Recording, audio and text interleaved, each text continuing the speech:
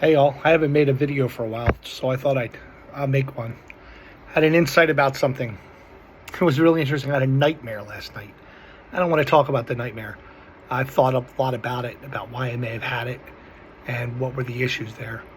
Um, but one thing that dawned on me is I really don't believe in any way, shape, or form that the nightmare that I had came from any kind of higher spiritual plane from God or anything like that. I don't think God made dreams.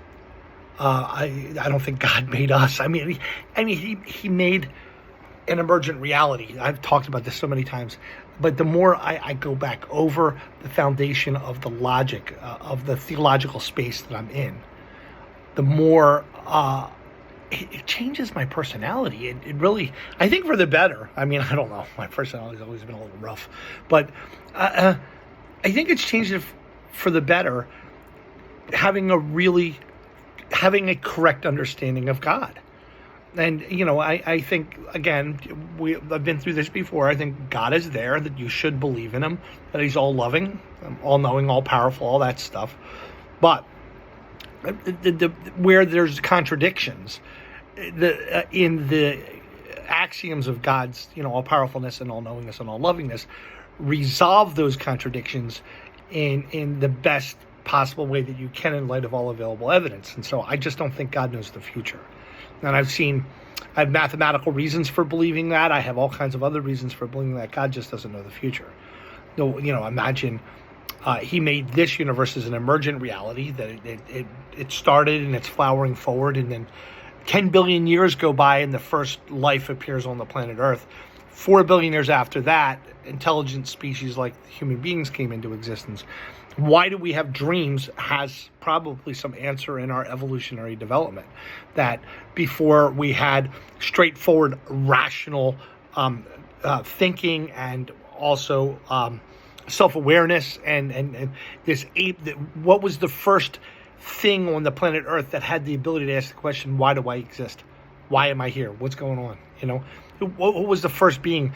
Maybe it was a dolphin or some ancestors of killer whales or elephants or something. Maybe it was a chimpanzee. I don't know. But the story goes something like 10 million years ago, there was a apex predator, mountain gorilla type thing. That had two descendants. One became the chimpanzee and one became us. And I guess I'm going to hold out the idea that the first thing that was ever self-aware, the first thing that ever could ask the question, why am I here? What's going on? Was probably a human being. Probably asked the question for the first time 150,000 years ago. Don't know. To some extent, it doesn't matter. It's the parameter. So why do we have dreams? Dreams are probably something in our minds that existed before we had rational thought, that help us to make sense, with pattern recognition, help us to make sense of what's going on in the world around us. And again, through this entire process of this extremely vast universe coming into existence, through this entire process, God is watching it with just as much wonder as I suppose we are. Because he doesn't know what's going to happen. He's so all-powerful, human universe that's so complex that he can't see what's going to happen. It has, elements of randomness in it, elements of, could he make worlds where he knows what's going to happen? Sure. But, I imagine they just wouldn't, just axiomatically, they wouldn't be as interesting to him because he already knows what happens in them. So he'd be more interested in letting worlds play themselves out, worlds where it's interesting to see what might occur in them because he doesn't know. And he's so all-powerful, he can make it that way. So the implications of this run through so much political discourse and rational discourse and philosophical discourse. I listen to people say things, and I'm like, my head, my brow furrows because it's like I just don't think you're thinking about it right. But then there's not that many people who are a deist. A deist is somebody who believes that God exists, but I read this in the Catholic Catechism. It's something that Thomas Jefferson, I suppose, or Benjamin Franklin, or those old guys used to think that you set the world's ticking and it plays itself out, and he's indifferent to what happens to it. That's where I draw a line. I don't think he's indifferent at all. I think that he has a certain element of responsibility to anything that becomes self-aware, and because he's all loving. Could I be wrong? Sure. I don't know. Can't know. But the best set of coherent axioms that I can put piece together to explain this reality suggest that he is all loving and that he will create an afterlife for us, and those kinds of things will in fact exist. So it was so interesting. I had this nightmare, and it was a bad nightmare. I've had, I've had some really good dreams, beautiful dreams. I remember the dream that happened to me when I decided I wanted to become a teacher. These kids, so beautiful. These kids were letting these balloons up in the air in this train, and it was all this beautiful stuff. And at the time, I was convinced that God was sending me a sign. You become a teacher because look, the freedom that these kids will feel and all that stuff. But I don't think it's true. I think, it was obviously emanating from my own imagination, my own heart, my own thinking about the world.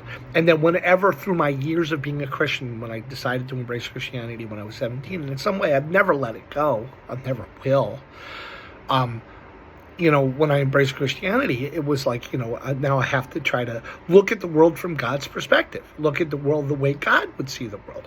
And I had to struggle with being with a pacifist. I can't join the military because, or support military causes because why would I drop bombs on my brothers? You know what I'm saying? But it's not that I disagree with that attitude. I know that you need to tolerate everything except that which is intolerable. Something that will not tolerate in response, and so and that could be the case in some cases. I don't know. We look at various enemies America's had through the years. There's so much to say there. I can get back on that. I mean, it's exhausting trying to figure out, because when you try to look at the world from God's perspective, and you try to think about how God's looking at the world. And if you're not sure what the right ethical decision to do in certain cases, then, and you're genuinely not sure, I just don't see that when you die, he's not going to judge you based upon the decision you made there, because you made the best choice you could, right? And maybe it's just there are ethical decisions that human beings need to make where God isn't even sure what's the right decision to make. He's like, I don't know what's good or bad here. God probably has a better ability to forecast the future than we do. He could see multiple pathways that happens if you choose this versus that versus this. You absolutely follow the rules and don't tell that lie. Bad outcomes happen. Lying, good outcomes happen. I mean, in that case, maybe he still wants you to tell the truth because maybe in the further outreaches of the outcomes, better things eventually will occur because the truth is spoken in a given moment. It's all you have is your imagination in these cases. All you can do is just play it out in your mind. So what was so interesting about the nightmare is I had the nightmare, and 10 minutes after I had the nightmare, I was laughing. I mean, wow. I mean, talk about being I'm so shocked by that. And why? Is because I knew that it wasn't something that I needed to pay attention to. I knew it wasn't something given to me by God. And I knew by all logic what I should be doing is taking care of the important things that I need to take care of today. And getting about, earning some money and so I could support, my kids going to college and doing the other things I got to do. And it's there was I think there was a show called Weeds. And in that show, there was this Mexican drug cartel that had a tunnel underneath. And the main character, was a morally righteous woman. And in some ways, she wasn't in many other ways, of course. You got to watch the show, and I'm not suggesting that you watch it.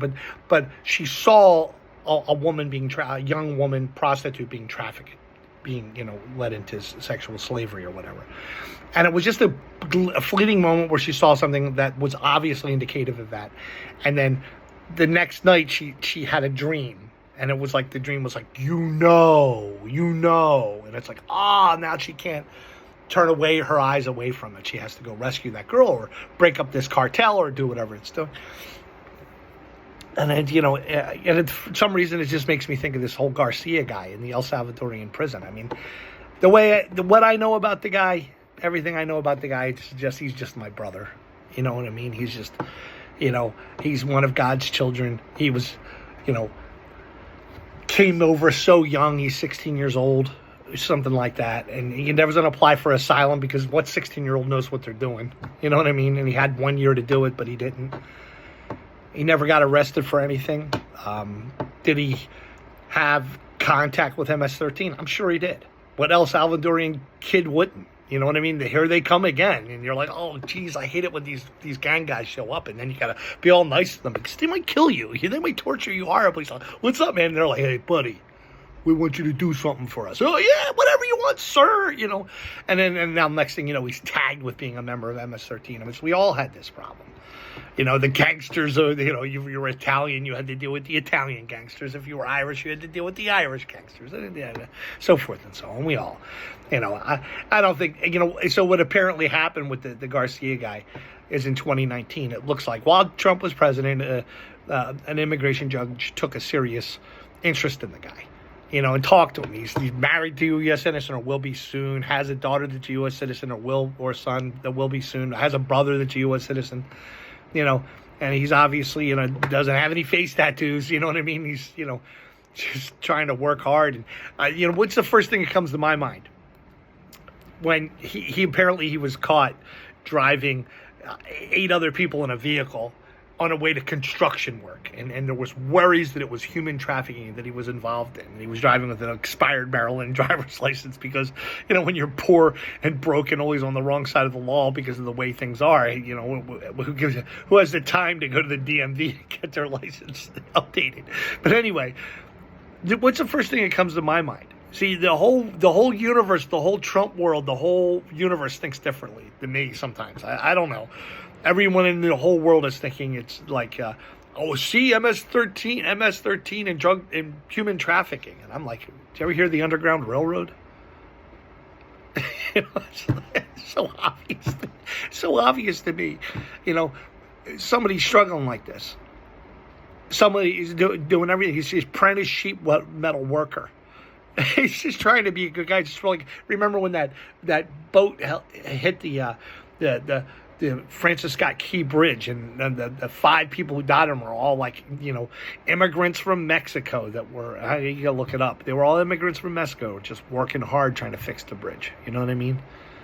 And it's like, you give these guys no credit. Well, they're my brothers. And, the fact that he got extradited to El Salvador because a judge in 2019 decided that he cannot be extradited to El Salvador, probably just as a tricky legal maneuver to find a way to keep the poor kid in America. Because the poor kid is all he knows at that point. He's 16. It's where all his connections are. He's obviously a good guy. You talk to him, you can see his personality's okay and all that stuff. And so, they try to set him up, and now we got this monstrous situation with a monster like Donald Trump going like, deport them all. If America voted for me, this is what America wants. And it's like, yeah, I heard the same exact arguments when people refused to vote for Biden. They voted for Trump, and it was like, it's a dichotomous choice. So I don't have any, there was a lot of people who chose to vote for Trump because they felt they were stuck in a dichotomous choice between this type of bad with the transgendered stuff that was propaganda being forced down our throat constantly by the right wing. And it's like, well, we can't go along with that, so I guess I have to vote for this guy. And now it's like, that's what America wants, mass deportations that violate the U.S. Constitution of every good guy in America. It's like, it's just insane. Just not what America wants. It's certainly not what this American wants. Everyone who's in the country illegally right now, there's 20 million of them, I'm sure. Just like J.D. Vance said, there's got to be a group at the top you want to get rid of. Fair enough. But this Garcia guy is not one of those guys at the top of the list. 20 million, where's he down here somewhere around never been arrested for anything. He's working as a sheet metal apprentice. He's like, it's like he's married to a U.S. citizen, has a U.S. citizen daughter. It's way down at the bottom of the list. And you make a mistake to deport that guy. Oh, America, what are you doing? Can't you just see it's right there in front of you? Liberty, freedom for people. Let families be united. If you want to protect the American state, you just don't let people who aren't citizens have guns, sit on juries, or vote. They can work and own property. They'll let freedom reign. So long as Mexico lets us go there, so long as El Salvador lets us go there and work and our own property and make money, then anyone from there should be able to come here. I'm not saying I could go to El Salvador and own a gun or vote. Any of that. No, that's for citizens of El Salvador, and same thing for America. It's for citizens of America, And then whenever I go down this kind of line of logic with any kind of Trump right-winger guy, they always bring up the fact that it was like, no, but you've been trying to make citizens to replace us, to wipe out the white America. And it's like, come on, man. We're all human beings here. We all didn't have any choice but to suddenly emerge and suddenly see our 4 or 5-year-old selves. Look at me. Here we are. All of us. We're all in this together. And that's just a basic truth about our reality. And I had a friend of mine that was like, it's a basic premise. Everyone matters just as much as everyone else. But you have to care about Americans first. And I'm like, you know what? I do. Of course I care about me first, my family first, my tribe first. Of course I do. But the number one way you care about America is not deport that kid. That 29-year-old, what are you doing? That you support America by making his life easier. Let him work. Let him own property. Let him be free. Freedom, man. Ring the bell of liberty. Oh, for Christ's sakes. It's just so obvious to me. It's just so obvious. And so can I speak for God? No one can. Can I speak for God? Sure. What am I saying? It's like, since God never talks to anyone, has never talked to anyone, if you've spent considerable time thinking about the world from God's perspective, an all-loving God, thinking about the world from God's perspective, and you did it talking to others who were trying to do the same thing, thinking about the world from God's perspective, at some point, you can cross the line and say, in some respects, in some places, in some ways, I'm able to speak for God. I'm sure there's many Catholic priests, Muslim imams, Jewish rabbis, who sometimes would be willing to say, I'll speak for God. I think it was the prophet Samuel in the Old Testament. He's reported, I haven't read this in years, it doesn't matter, it's just things that stick with you. It's like something I learned from reading Dorothy Day. If I misremember it and tell you I misremember it, that doesn't matter. It's so long as I'm telling you how I'm thinking about it right now. It's so long as I'm getting that right. You can go back and you got it all wrong. It's fine. But it was something that the prophet Samuel said. He said something like this. Who amongst you did I ever defraud? Who amongst you did I ever steal from? Who amongst you did I ever do wrong to? None of you? Well then, now I'll be your judge. Now I'm going to decide things. Which was interesting. An interesting point, because I don't have that authority. I've done wrong to people. I wish I had. Every single time I've ever thought that every time I've ever done something wrong in my life, I regret all of it. And there are definitely those times where I'm not sure if I did it right or wrong. I don't know. I can't figure it out. And there have definitely been times I've done things that were really stupid. And I've done a lot of stupid things because they weren't necessarily bad. They weren't good for me. But I did a lot of stupid things, maybe because I just didn't understand God right. I didn't understand reality right. And it's piecing reality together and having a correct understanding of God makes a huge difference. And it took me 54 years old, it took me a long time to get here. And the things I've been through and the things I tried to figure it out, the fasting, prayer, what am I getting at now? I have no idea. I guess I'll call it I'll call it a day. I mean, I don't know politically, looking to the future, what I, concretely what I wish we would do is we would sit down within the next couple of years and rewrite the American Constitution and write it so that in some way it encompasses everyone on the whole world, and spell out the rights and it's been very clearly spell out the division of power, because an autocrat like Trump, he's going to come along and he's going to find ways to smash away at that. The Supreme Court decided by 9-0, you can't deport this kid, got to bring him back, and Trump's like, so what? I'm not doing it. Okay, well, well, what are we going to do, when that happens? You know what I'm saying? Our Constitution, in light of all the changes to the world, I mean, I think that what's important about rewriting the Constitution is you just rewrite a lot of the stuff that's already there and just re-say it, but you remember why it's there. What's corruption of the blood? No attainer of treason shall work corruption of blood. It's in the Constitution. What does it mean? No attainer of treason shall work corruption of blood. That means if you're guilty of treason, then your whole family is. The king used to do that, apparently, King of England. If you ran afoul of a treason law, he would kill your whole family. You can't do that under the U.S. Constitution. I think we need to remember those kinds of things. And we go back over why due process is so important. The lack of giving the Garcia kid due process, why that matters so much. Also, I think a new way to deal with, income inequality, but by coin flips. This guy wound up being a billionaire and that guy wound up being poor, taking care of a sick mom, taking care of a sick brother or something. Just as smart as the rich guy, you know what I mean? But just didn't have the opportunity. All kinds of things like that. The world's permeated with the lack of justice over who has and who doesn't. And there's a lot of justice in who has stuff and who doesn't too. And it's almost indistinguishable and discernible. And that's why I think what we should do is rewrite the Constitution, tax everybody at least one time, 15% based upon what they have.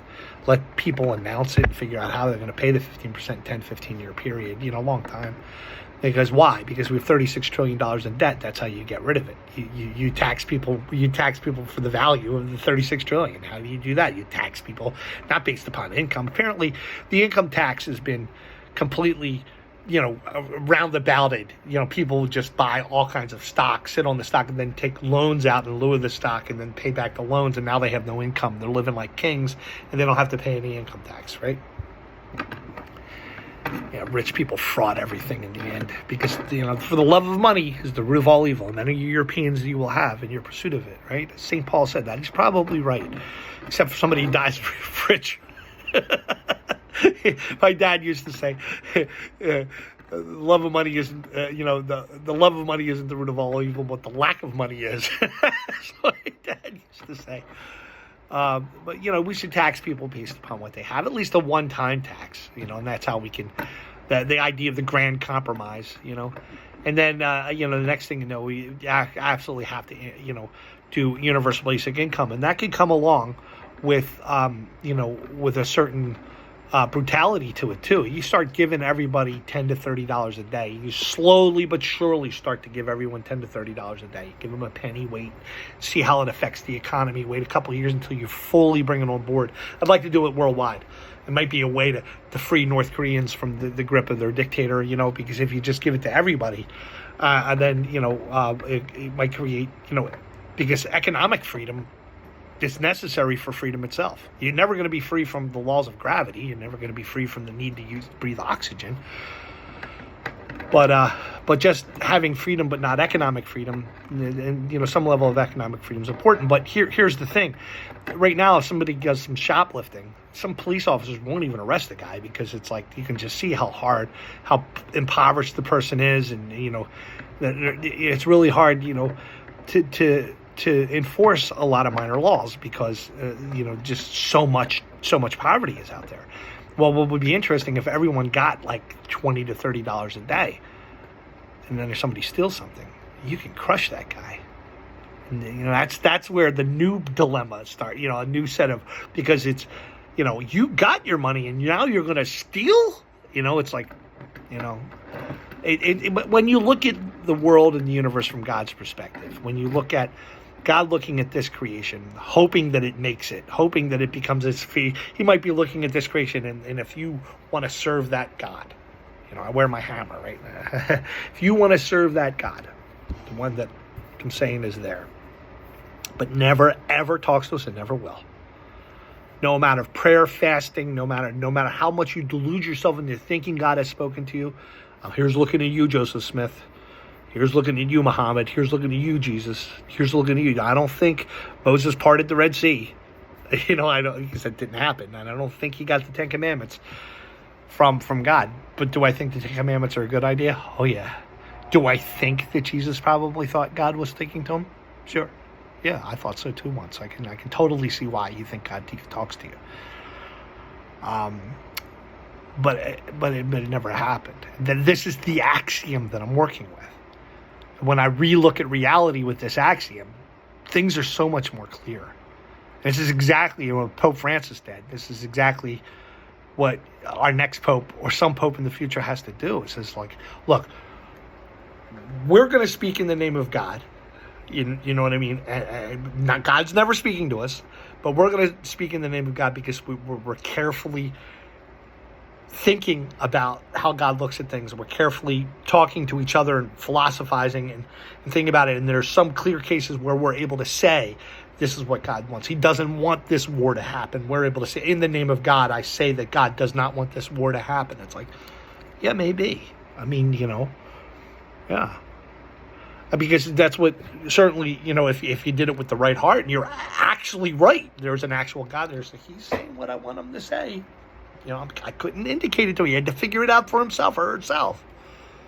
There's certainly going to be people who like, God's speaking to me, therefore you have to join my cult, give me money, and I can have sex with your wives. And all, it's like all these cult leaders throughout history, they were able to do it. And many of them were quite successful. The success of a religion is never going to be testimony for its truth. Because I'll look at all the successful religions that contradict each other. Proof positive that the success of a religion is not an indication of its truth. So it's, universal basic income. Slowly but surely try to figure out a way to end war. And I know that I'm positive that the number one way to get rid of war is people be very, very prepared for it and be ready to fight. And then watching that voice that tries to make war happen when war wasn't necessary. Simultaneously, don't listen to the voice that tells you to get so weak so that you can be taken advantage of. Until eventually, the next generation or two with the internet, TikTok, YouTube, all that stuff, humanity finally sees itself the right way. Everyone matters just as much as everyone else. No one's special. There's no chosen people. Never was, never will be.